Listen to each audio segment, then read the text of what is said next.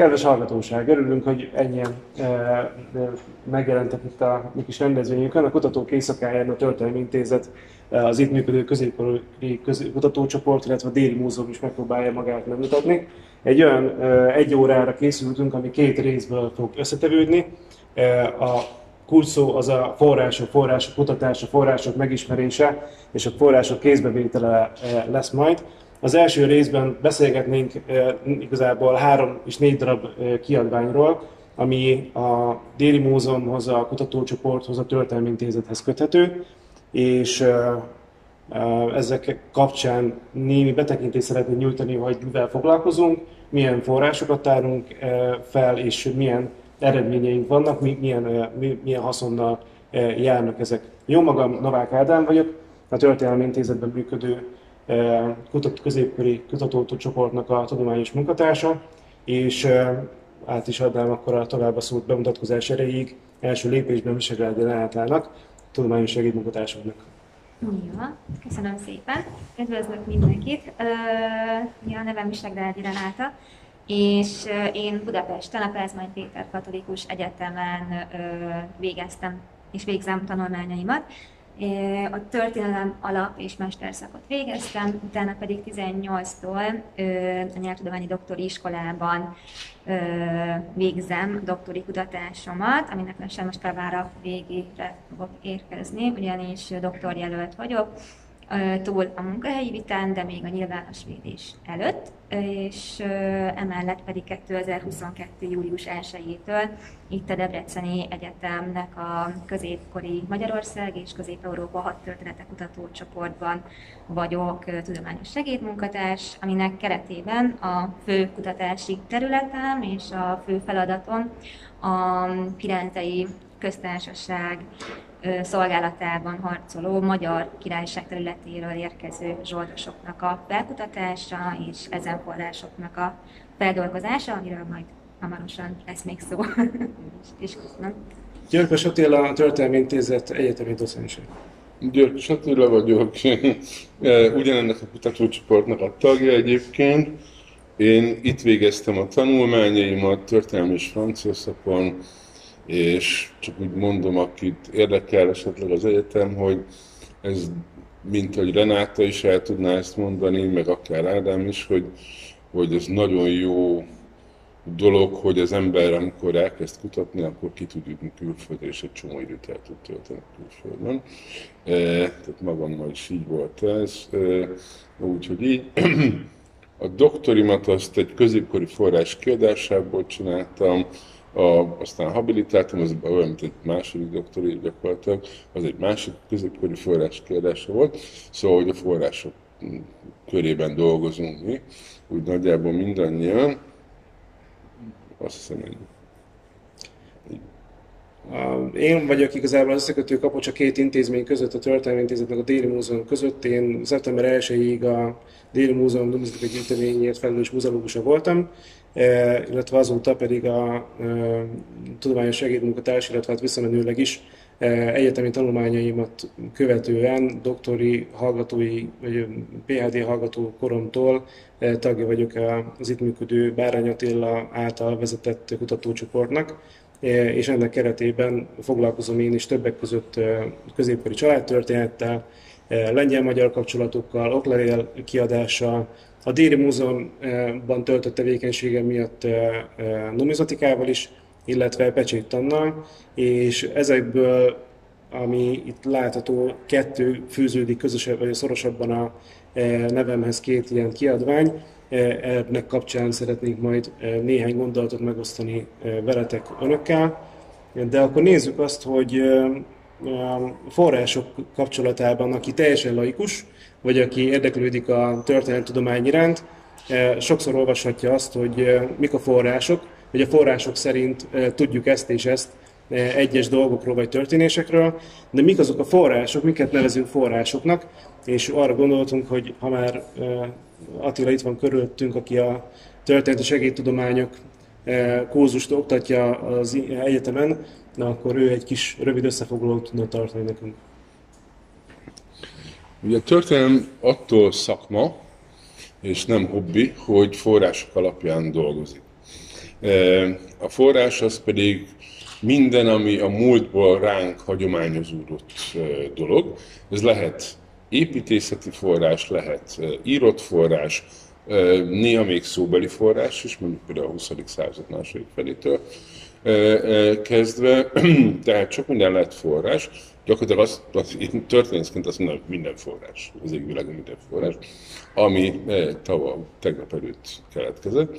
Úgyhogy így. De ezen belül azért megkülönböztetünk bizonyos típusokat. Vannak úgynevezett elbeszélő források, talán ezek a legérdekesebbek, legalábbis az átlagember számára.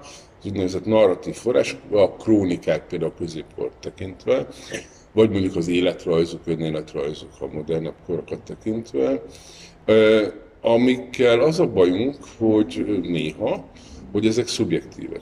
Tehát, hogy nagyon-nagyon arról szólnak, aki írta, hogy mit akar bemutatni. Akár saját magát egy önéletrajznál, ami Hort önéletrajza nyilvánvalóan nem egy objektív forrás. Vagy ilyesmi. Szóval ezeket az elbeszélő forrásokat, ezeket nagy úgynevezett forráskritikával kell tekinteni.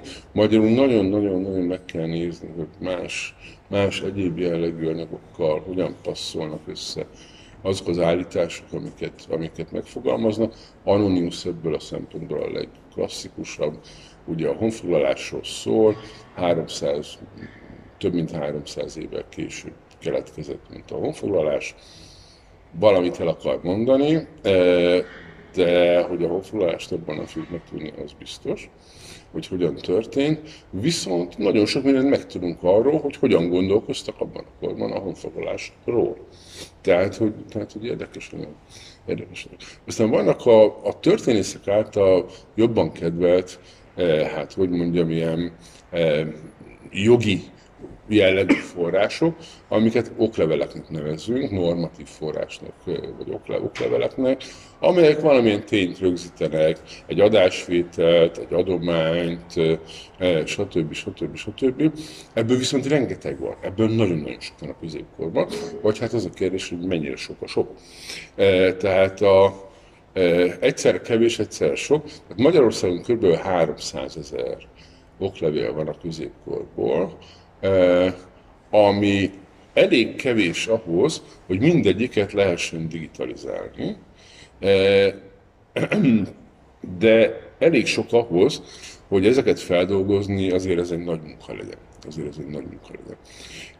És vannak a harmadik típusú forrás, csak röviden említeném, amiről Renáta jobban tud beszélni, az úgynevezett levéltári források, amelyek valamilyen bármit rögzítenek, éppen zsoldos kifizetéseket, szóval adójegyzékeket, halálozást, születést, stb. Amelyek unalmasnak tűnnek elsősorban, de ugyanakkor nagyon izgalmasak, rendkívül izgalmasak ezek az anyagok, úgyhogy így. Szóval, és olyankor van igazán izgalom, és ez a kötet, erről szóval beszéltek akkor a kötetről. Ez pici kis füzet, középkori oklevelek a Déri Múzeum gyűjteményéből. Olyankor van igazán izgalom, amikor azt mondjuk, hogy rajta van a neten 300 000 oklevél. És azt gondoljuk, hogy mindent tudunk. Gyakorlatilag minden rajta van, de nem, hanem előjönnek oklevelek különböző magángyűjteményekből, vagy olyan gyűjteményekből, amelyeket még nem dolgoztak fel eddig. Tehát ez például a Déri Múzeumban 72-ben adományozott oklevelek, amelyek nincsenek rajta az ismert adatbázisban, tehát, és tulajdonképpen senki nem is foglalkozott velük soha. És akkor, ilyenkor jön a történet, az egyik felfedezi, hogy van, a másik segít neki, hogy felfedezze, szóval, hogy legalábbis, hogy megfejtsük. Úgyhogy így, tehát, hogy ezek az igazán izgalmasok. És tudják, mivel csak 300 000 oklevelünk van, ahogy mondtam is, egyszerre sok és kevés, ezért minden darab ilyen oklevél, ez egy érték. Nem feltétlenül biztos, hogy önmagában érték, úgy értve, hogy lehet, hogy egy teljesen unalmas nem tudom én, vásárlási jegyzőkönyv, és nem egyéb. Ha belerakjuk egy nagy halmazba, hasonló típusú anyagok közé, akkor viszont már izgalmas. Tehát akkor hozzátesz valamit a múlt megismeréséhez. Tehát a történész úgy dolgozik, a források közül izgalmasak, hogy nem az van mindig, hogy hopp, rábukkandunk valamire és felfedeztük a csodát, hanem arról van szó, hogy rábukkandunk valamire, amit hogyha egyéb dokumentumokkal összevetünk, egyéb dokumentumok sorozatában nézzük ezt az információt, onnan már izgalmas. Szóval értik, tehát, hogy ez nem egy film, amiben valaki felfedez egy rajzot, és akkor lekaparja, és akkor onnantól kezdve megnyílik a gomb, és aranyos kincseket fog találni. Nem így működik, hanem így működik, hogy ez egy ilyen kis precíziós munka, amiben néhány oklevélnek a felfedezése, néhány oklevélnek a feltárása, az bizony segít nekünk is, de másoknak, akik ezzel foglalkoznak, hogy jobban megértse a múltat. Az nagyon jó gondolata volt Attilának, hogy igen, sok ember számára úgy jelenik meg a történész is, mint akit összemosnak a régészen egy Indiana Jones karakterrel, aki ókori keleti területeken próbál meg felfedezni minél elásottabb és minél elátkozottabb területeken, illetve hát helyeken különböző kincseket. Azért azt el kell mondani, hogy a legtöbb időnket történészként, meg kutatóként mi is egy szobában gép előtt töltjük, és ott viszonylag hagyományosnak mondható eszközökkel kutatunk, viszont van lehetőségünk, amire Attila is utalt, arra, hogy elmenni külföldre és helyszínen tanulmányozni forrásokat. Ezek általában a levéltári vagy múzeumi források feltárása. Rennének ebben volt része, ugyanis ő Firenzébe látogatott, és bemutatja, hogy milyen forrásokat talált, illetve hogy ebből mit készítenek elő a kolléganővel. Igen, köszönöm. Hát ugye, mely hozzánk kötődik, vagy hát hozzám, illetve a kolléganőhöz kiadvány, ami megjelenés előtt áll, tehát az még azért így a folyamat vége felé tart. A címe a Magyar Zsoldosok kifizetési feljegyzései a Firenzei Állami Levéltárból 1361 és 65 között. Ezt ugye a kutatócsoportban kolléganőmmel, Virág Ágnessel közösen készítettük el, illetve persze többeknek is köszönetet mondhatunk, például Bárány Attilának, Novák Ádámnak, és Bacsa Balázsnak, aki a kötetnek az angol nyelvi fordítását készítette el, ugyanis ugye ez egy bilingvis kiadás lesz, magyar és angol nyelven fog megjelenni. És mielőtt igazából magukról a forrásokról beszélnék, én egy nagyon gyors történelmi kontextusba helyezést gondoltam megosztani. Igazából ott kezdve, hogy a helyszín ugye az a Magyar Királyság, illetve az Itáliai Félsziget, az idő pedig, ahol járunk, az a 14. század közepe. Pontosabban első Lajos királynak az uralkodásának az első fele, tehát az 1340-es, 50-es, 60-as években járunk. 1345. szeptemberében, miután meggyilkolták András herceget Aversában, utána a bátyja, az uralkodó Lajos, két hadjáratot is vezetett Nápolyba az özvegy királynő ellen, a félgyilkosnak gondolt Johannát megbüntetni. És igazából ennek a dinasztikus háborút követően, ugye az 50-es évektől egyre több magyar származású zsoldos maradt Itáliában. Egy-egy városállam fejedelem, vagy pedig a pápa szolgálatába állva zsoldért fejébe harcolni az oldalukon, és ezek között volt például a legszélesebb körben ismert név, Toldy Miklós is, akit azért fontos kiemelnem, mert ugye nagyon sokáig ő igazából egy kitalált, tehát hogy Arany János Toldy trilógiájának az eszményi hőse, a kitalált személy élt mindenkinek a tudatában, holott ő egy valós történelmi személyiség volt. De 19. század végéig viszont tényleg nem tudták, hogy ő létezett, amíg magyar, illetve itáliai forrásokban, feljegyzésekben rá nem bukkantak a Nicolaus Comes de Todi Gallus nevére, és ez által ugye a legendából történelmi valóságba lett emelve az ő alakja. Visszatérve ezek után ugye magára a forráskiadás, vagy forráskiadványra, amit készítettünk,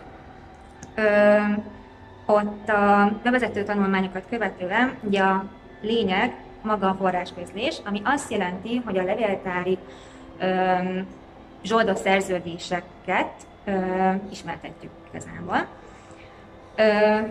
És akkor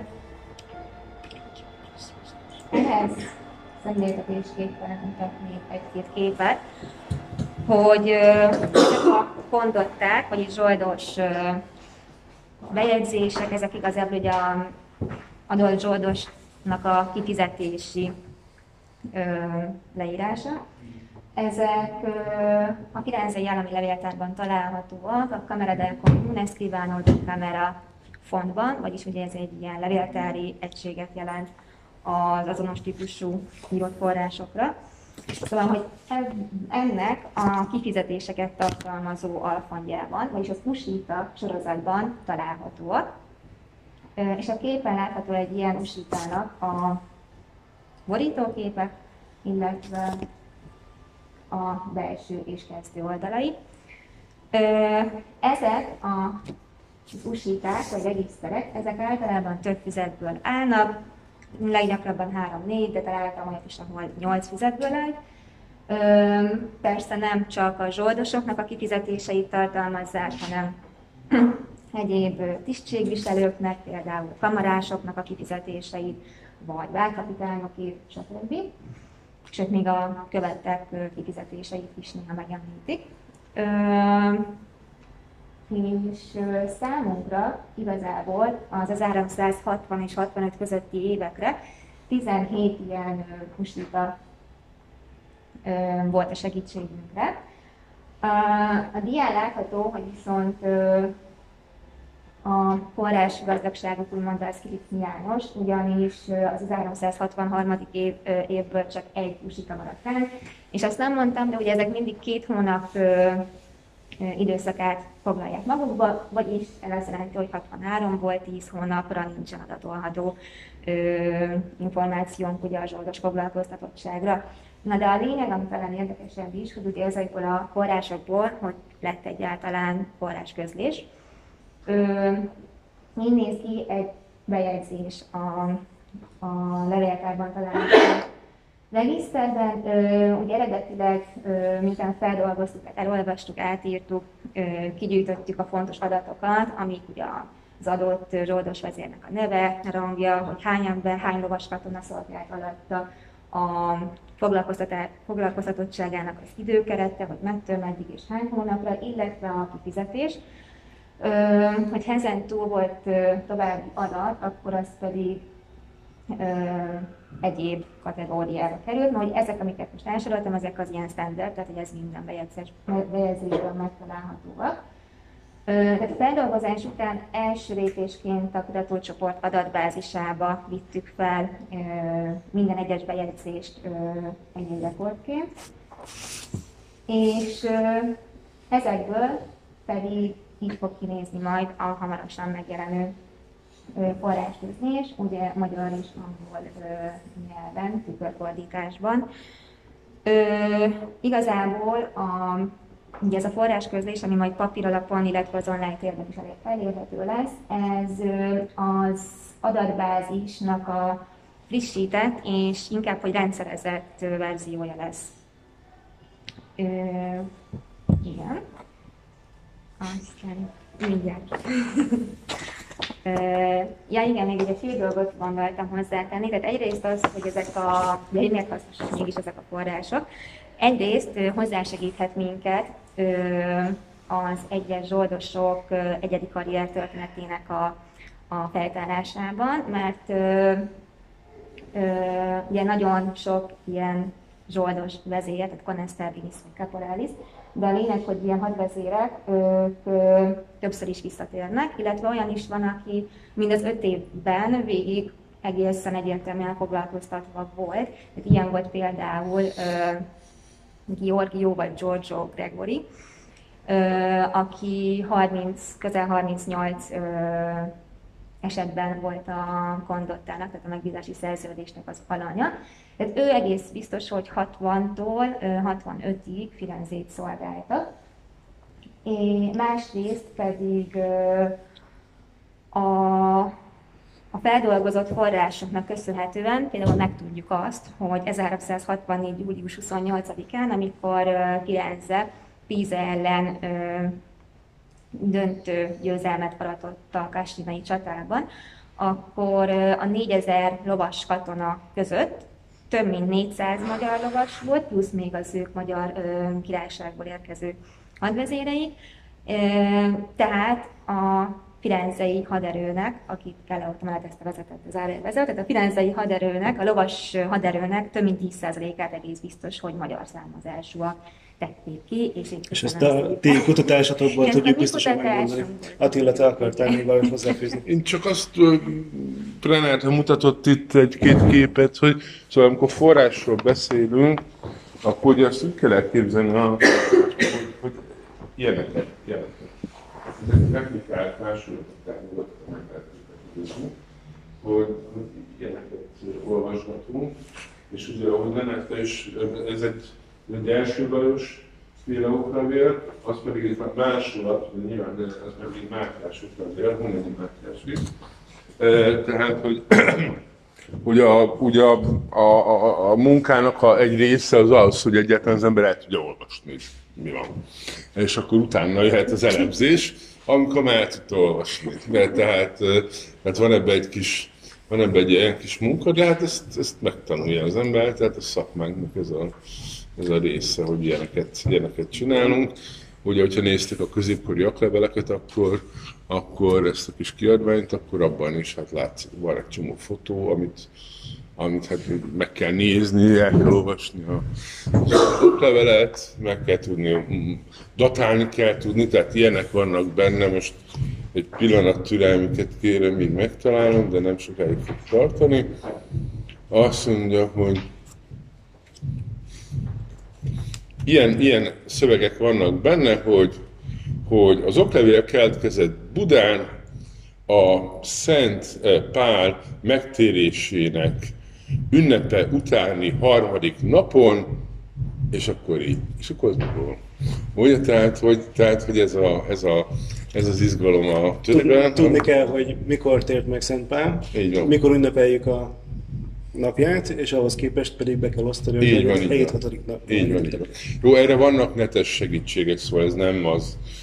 Most már könnyebb, 40 évvel ezelőtt ez azért nehéz volt, most már ezt a netről meg lehet azért találni, de ettől függetlenül van ez a szépsége ennek a szakmának, hogy nem... Itt ennél talán át is venném a szót, mert mennyivel könnyebb a munkánk már. Maradék 5-6 percet nem szeretném magamévá tenni teljes egészében, mert még egy körre visszamennék egy-két érdekesebb kérdésre, de van itt még 2 kiadvány, amiről nem esett szó, és visszatérve, hogy mennyivel könnyebb az interneten ma már kutatni. Az egyik ilyen kötet, amit itt körbe fogok adni, ez a Varsói Magyar Oklevéltár. Ez a Varsóban őrzött magyar vonatkozási okleveleknek az anyaga, 98 darab oklevélszöveg van benne. Ez a lengyel magyar középkori érintkezésnek az egyik legfontosabb szerződéseit tartalmazza, békék leginkább, megegyezések, mellevelek, és ennek a végén található egy névindex, amiben az összes lengyel, illetve magyar előforduló személyi név és földrajzi név megtalálható. Ezt én nem tudtam volna elkészíteni internet nélkül, internetes kutatás nélkül, ilyen rövid idő alatt. És ugye hozzá kell tenni, hogy ilyenkor jön rá az ember, amikor kézbe vesz 20-30-40 meg sokkal régebbi köteteket, amikben vannak ilyen mutatók, amiket még manuálisan minden digitális technika nélkül és internet nélkül készítettek, hogy mekkora munkát tettek bele akkor az elődeink történészei, hogy elkészülhessenek az ilyen munkák. Nekem nagyban meggyorsította azt, hogy rá tudok keresni, hogy az adott lengyelországi településnek milyen névváltozatai vannak, és nagyjából hol lehet megtalálni Google Maps segítségével. Tehát ez mindenképpen meggyorsítja a kötetet, vagy a kötet készítését és a munkát. A másik kötethez is végig ide lehet kapcsolni.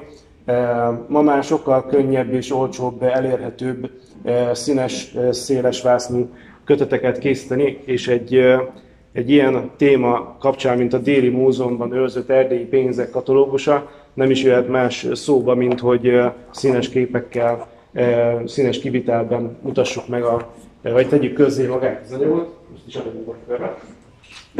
Ezzel embert lehet ölni, ezért ez kicsit nehezebb. És ma már hozzáférhetőbb, könnyebben a technika. Ugye a könyvpiac valamelyes be is van szűkülve, tehát kisebb példányszámban tudjuk már ugyanazt a minőséget produkálni, és nem kerül megfizetetlen összegbe egy ilyen kötet kiadása, de így élvezhetőek azok a pénzek, amelyek egyébként Déli Múzeum gyűjteményét kifejezetten magas polcra teszik. A Kárpát-medence egyik legkiemelkedőbb aranypénzgyűjteményével rendelkezik, azon belül is pedig külön kuriózum az erdélyi pénzek, tehát az Erdélyben készített, erdélyi fejedelemség időszakában kiadott pénzeknek az anyaga. Ez, ami 98 darab oklevél van a Varsói Magyar Oklevéltárban, ebben 586 darab érem eleje és hátlapja van közzétéve, leírva és megmagyarázva, összefűzve kis történeti áttekintésekkel az uralkodókról, a bocsájtókról, illetve egy érdekesebb múzeumi forrás, oklevél, pecsét, pénztárláda, Bocskai családnak egy gyűrűje és egyéb más műtárgyak is kerültek be a kötetbe. Ezt is szívesen körbeadom, és meg lehet őket nézni. És hogy ráforduljunk az utolsó körre, hogy ne raboljuk el az időt a kis eseményünknek a második izgalmasabb blokkjától, egy történetet hadd meséljek el, hogy mivel találkozik a történész, hogyha kutatóútra megy. Például a Varsói Magyar Oklevéltár kapcsán én alapvetően sok pecsétes oklevelekkel foglalkozok, vagyis egy oklevélen akár 100-110 pecsét is függhet. Én konkrét ilyet szerettem volna Varsóban megtekinteni. Ez első Úr László király megkoronázásakor készült 1440-es oklevél, és ott szembesültem már vele, amikor kiutaztam Varsóba, elmentem a levéltárba hideg zimankus decemberi időben, hogy ezt ugyan nem fogják nekem kiadni, személyesen nem nézhetem meg, viszont digitális képernyőn megnézhetem az összes lefotózott darabot, illetve minden más pedig megnézhetek, és ekkor jött az ötlet, hogy ha már ilyen csalódás ért, akkor viszont nyálazzuk át az összes regisztert, és válasszuk ki az összes olyan oklevelet, aminek lehet magyar vonatkozása. A másik erdélyi kötet, ez pedig egy apró kis adalék. Nem tudom, tudják-e, hogy nálunk működik az Atomki Kutatóintézetben az Magyarország egyetlen örökségtudományi laborja, ahol vagy megfelelő infrastruktúra van arra, hogy elvégezzenek különböző anyag- és kormeghatározásokat, és volt szerencsém elvinni 7 darab érvet is az erdélyi anyagból bevizsgálni anyag tekintetében, és örömmel mondhatom azt, hogy kifejezetten jó minőségű aranypénzek maradtak ránk. 24 karátos aranyakról van szó, a legkisebb mértékben tartalmaznak más szennyező anyagot. Nem tudom, hasonló érdekességekkel tudtuk-e szolgálni a kutatások kapcsán? Mennyi egy ilyen aranypénz? Ugye, nyilván tudom, hogy rengeteg mindenem múlik, tehát van egy numizmatikai értéke, meg minden. Mennyi egy ilyen aranypénz? Van belőle 500 valamennyi? Mit mondtál, mennyi van? 583 darab arany és ezüst pénz. Egy dolgot tudok csak kiemelni, van belőle, hogy valaki megtalálja, ennek külön egyetemi ajándékot tudok adni neki, érte. Van egy bocskai 4-szeres aranysúlyban vert 6-os garas, ami 2 darab ismert a világon. Eddig azt tudtuk, hogy csak ez az egyetlen egy van a Déli Múzeumban. A második példány 2020-ban tűnt fel egy svájci árverésen. 240 000 svájci frankért kelt el, ami nagyságrendileg 100 millió forint környéki összeg. Ennyit érhet egy pénz. Na, nem tudom, mit mondjak én. Én unalmas dolgokat tudok mondani, ilyen sztoriaim nincsenek. De amikor kutattam, látták azokat a okleveleket, amit körbeadtunk, ugye elég nehéz őket elolvasni, és ez nem csak önöknek nehéz, hanem másnak is nehéz elolvasni. Orvosokat hívtak segítségül. Tessék? Orvosokat hívnak ilyenkor segítségül. Mármint amikor nem. Mondok egy példát, ez csak egy példa, egy apró dolog.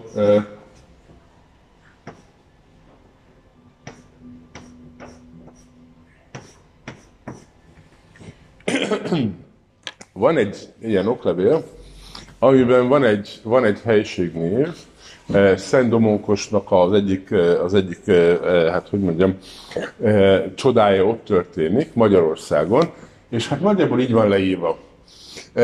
Illetve hát nem így van leírva, csak ugye hát vannak ezek a vonalak, amiket ott is láthatnak, hogy nagyon nehéz elolvasni, és akkor ez micsoda?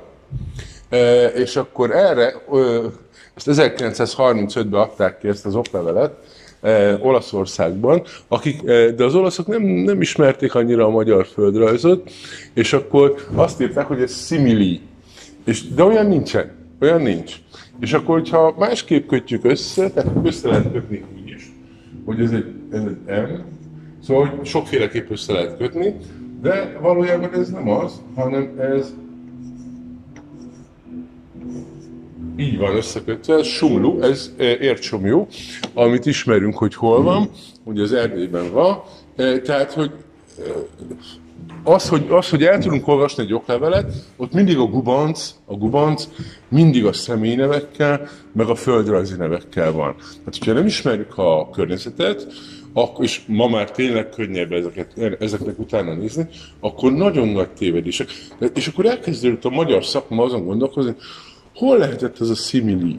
És akkor a Sümeg, Székesfehérvár, stb. De nem úgy kell olvasni a szöveget, hanem másképp. Szóval másképp kell összekötni a betűket, a betűszárakat, és akkor kijön az eredmény. Csak ugye ehhez ismerni kell a helyet, a helyszínt, a környezetet. Szóval, hogy a történeti tévedéseknek egy része, az nem rossz indulatból származik, nem abból, hogy nem jók a történészek, hanem van néhány ilyen típusú apróság. Viszont a legnagyobb heuréka élményei kutatónak akkor van, amikor 8 óra munka után rájön arra, hogy ez mi. Igen. 8 órán keresztül néz egy darab szót, megpróbálja kiolvasni, és rájön arra, hogy ez hol lehetett és mi lehet, és aztán jön 100 év múlva valaki, és megmondja egyébként, az nem az, hanem valami más. Ezért szép ez a történet szakma. Igen. Reni, valami érdekesebb a zsoldosokhoz zárásnak? Ilyen nincsen. De a nevek kiolvasása azért itt is okozott. Ott is gubanc lehet. Voltak itt békönök meg. Ha jól értem, akkor azt csináltátok, hogy átszámítottátok a helyi pénzt firenzei forintra, igaz? Ha jól értem, akkor... Így szerepelt itt is. Ja, te eredetileg is benne van? Eredetileg is ott van, hogy Fiorino, Dóró, tehát ja, úgy van benne még ez a másik nagy dolog, ami a gazdaságtörténetben, hogy tehát vannak ilyen dolgok, hogy mi mennyit ért. Azért is kérdeztem vissza az erdélyi pénzekre, hogy azért is kérdeztem mire vissza, hogy mi mennyi. Tehát, hogy hogyan kell átszámolni valamit, hogy ez mit ér. Szóval ehhez egy csomó kutatás kell, hogy mennyi az, hogy oda volt írva, hogy 63 firenzei forint. Igen, viszont akkor ez viszont érdekesség lehet, Na, hogy ugye az adott bejegyzésben mindig ott a végén, tehát hogy itt van, de a végén szerepel, ugye az adott hadvezér, a konstabilis, az mennyi fizetséget kapott, ez általában 16 firenzei aranyforint, és utána, hogy az összes többi lovas mennyit kapott, ők általában 8 forintot. Persze ez háborús időtől, stb. Változó lehet, de nagyjából ez az átlag. És a végén általában a lap tetején az első bejegyzés, a többinél nem, majd csak utalnak rá, hogy lásd, mint fent kb. De az első bejegyzés végén leírják aznap, amikor a bejegyzés kelt, a napi árfolyamot lényegében, hogy egy aranyforint az hány librét, hány szoldit, hány dénárt ér. És a másik érdekesség, hogy ugye mi bal oldalon a bejegyzésben olvasható a végén az, hogy ugye kapott a konstabilis, ennyit kapott az összes többi lovas ennyit, és hogy összesen mennyit kaptak, az is oda van írva, tehát mit tudom én, 104 aranyforintot, és ennyi librét. És jobb oldalt, amit még látnak ott adatokat, az pedig oda ugyanaz van leírva, hogy summázva mennyi volt a végösszeg, amit mindannyian kaptak meg, viszont nem mindig ugyanabban a formátumban, tehát van, hogy forint szerepel, és mondjuk lira és szoldi bejegyzésben, ellenben forint nem, hanem csak már nagyon sok libre, tehát hogy már alapból átváltva, tehát forint átváltva librébe, és tovább. Tehát, hogy ez viszont visszaszámolásban sokszor segített nekünk, amikor még nem tudtuk kiolvasni, hogy a bejegyzésben mi szerepelt, viszont jobb oldalt igen, és akkor visszaosztottuk, hogy mi lehetett. Meg hogy hány, biztosan, hogy hány lovas volt például. 8 forint az sok pénz volt, igaz? Igen. Tehát nem annyi, mint most. Az 8 aranyforint, az rengeteg pénz volt. Ez 8 tehén ára, vagy én nem tudom, lehet, hogy nem annyi, nincs annyi, nincs. Talán akkor ide is illik az a kis záró gondolat, hogy nem tudom, ismerik azt a történetet egy jókori filozófusról, Euklidészről, akihez jött egy tanítvány, és azt mondta, hogy akkor tanuljuk matematikáról, és mondjuk meg az első tételt. Elmagyarázta neki, és visszakérdezett a tanítványa, hogy ugyanebből mi hasznom van. És akkor Euklides mondta a rabszolgájának, adjál neki egy obuluszt, egy pénzt, vagy legyen valami haszna. Ez is jól mutatja, hogy igazából haszna van kikövetkeztetni egy írás felolvasásának, vagy egy pénznek felolvasásának, de alapvetően ez a tudomány, amit művelünk, sokszor elvontabb és sokkal nem is feltétlenül a mának, a mindennapi kézzelfogható haszonnak gyártjuk a tartalmat, illetve a segítséget, hanem valami sokkal messzebbre vívő, a léleknek és a szellemnek talán sokkal magasztosabb célt próbálunk elérni. Mi pedig ezzel a gondolattal tudjuk zárni a mi kis blokkunkat, és akkor átadom a szót majd Sajtos Anna kolléganőnek a Déri Múzeumból, aki a második blokkot bevezeti. Én előjáróban csak annyi technikai információt mondanék, hogy utánunk nem következik senki 7 órától, úgyhogy bárki bármeddig kutathat és játszhat.